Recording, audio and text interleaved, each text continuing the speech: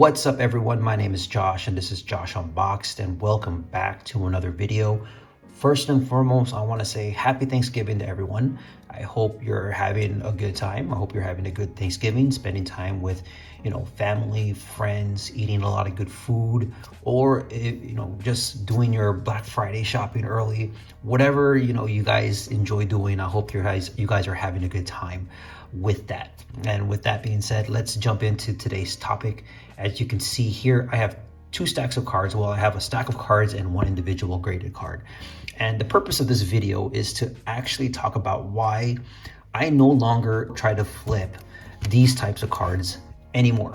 The last 2 months, since I've been away from, YouTube, I've been really concentrating on, like I said, on my eBay store and focusing on cards like this, flipping cards like this.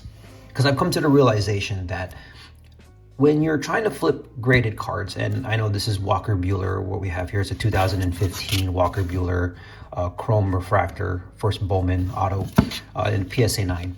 But you can put any type of player or any modern player into this position here, whether it's Luka Doncic, Trae Young, Tatis, Soto, Acuna, Bichette, any current modern player, Justin Herbert, any current modern player, you can substitute this card with that.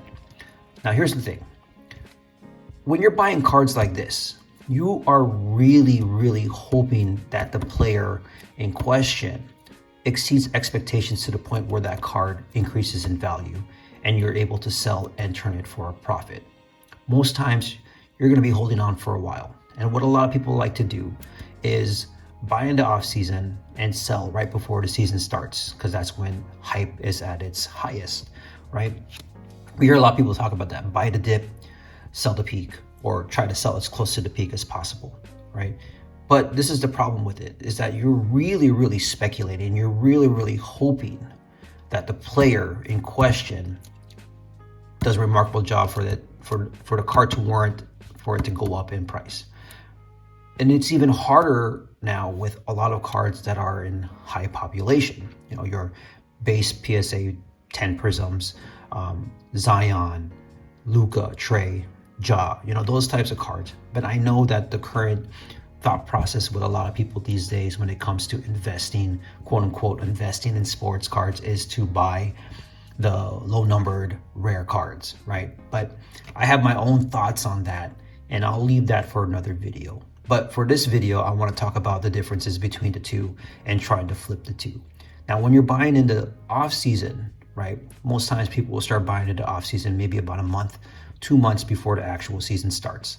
So you're telling me that you're going to hold on to this card for 1 or 2 months in hopes to try to sell it right before the season starts, or hopes to sell it in the beginning of the season. Now, if you're spending $150 to $200 on one of these graded cards, then that's $150 to $200 that's being tied up for those 1 or 2 months. Okay, the opportunity cost is huge. If you're talking about the Luka Doncic Prism cards or any of these other PSA 10 cards, then you're looking like around $400 maybe, right? So you're telling me you're going to tie up $400 in hopes that the card increases in price so that you can sell it before the season starts. But how much will that card actually go up in price? We've seen it with this current football season, where people who bought guys like Kyler Murray or Lamar Jackson in hopes to try to sell it during the beginning of the season or right before the season starts, their cards didn't really move as much. Sure, people like Justin Herbert, certain players have gone up in price significantly, like Matthew Stafford before the season started, all these other players, but it's a huge risk in my opinion, and you're really focusing on upside. But like I said in my previous video, a lot of people tend to focus on the upside and not look at the downside, So this is why with these types of cards, the opportunity cost is just too high for me to even focus on. So what I've been doing is not buying any of these cards anymore. I don't really buy graded cards as much anymore. And the main reason is because I find that there's a lot more value in cards like this versus cards like this. The only time I'll ever buy graded cards these days is for the PC or for cards that I feel are good investment pieces.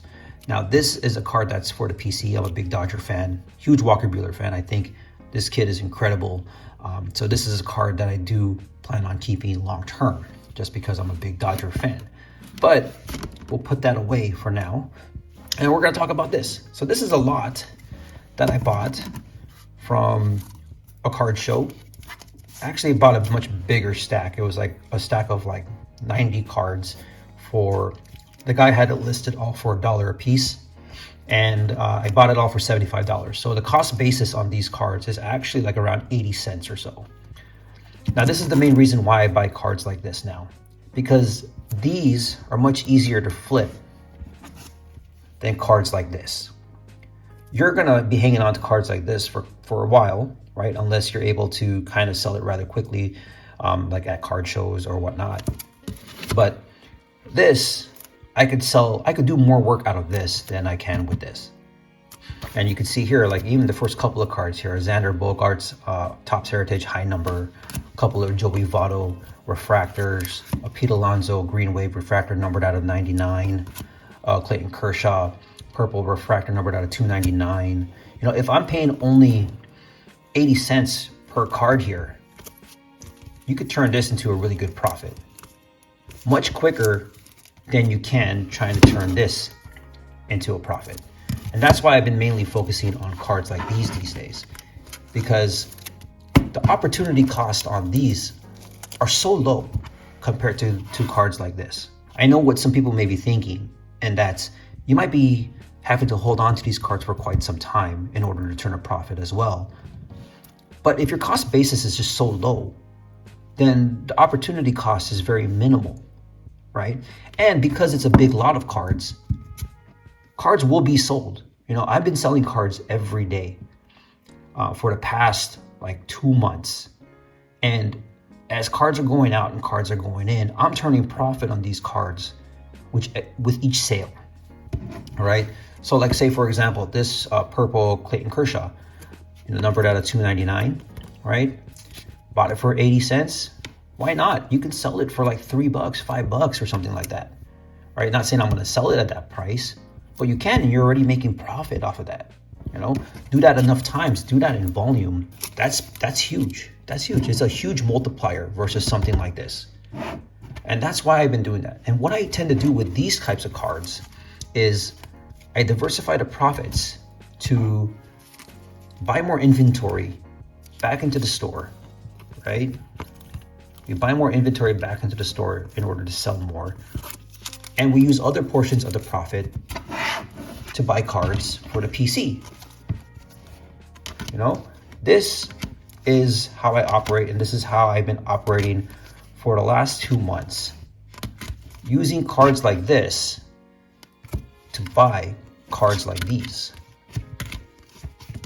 Cards for the PC, cards that I like, cards that I think hold great value. And that's pretty much it. That's all I wanted to talk about. I just wanted to talk about how I've moved away from this because I feel like the opportunity costs on these are so huge and there's a lot of risk involved with cards like this. I think these cards have a much larger downside than cards of this nature. And I know what most people are going to say too is that, yeah, that's why we focus on the rarity card, the rare cards, right? Rare cards, low pop cards, etc., etc. But I do have my own thoughts on that as well. I want to end this video with this thought, and I want you to think about it. There are a lot more collectors out there that are willing to spend money on cards like this at a low cost, at a low price, than pay the inflated prices of graded cards. When you're selling cards like this online, you're casting a much bigger net. You're opening it up to a lot more prospective buyers than cards like this, where you're trying to find the right buyer and trying to find someone who's willing to spend X amount of dollars for a card like this. So I hope you guys enjoyed. I hope you guys found some value in this. If you guys did, go ahead and hit the thumbs up button. If you haven't yet, please consider subscribing. And with that being said, my name is Josh, and I'll see you guys in the next video. Later.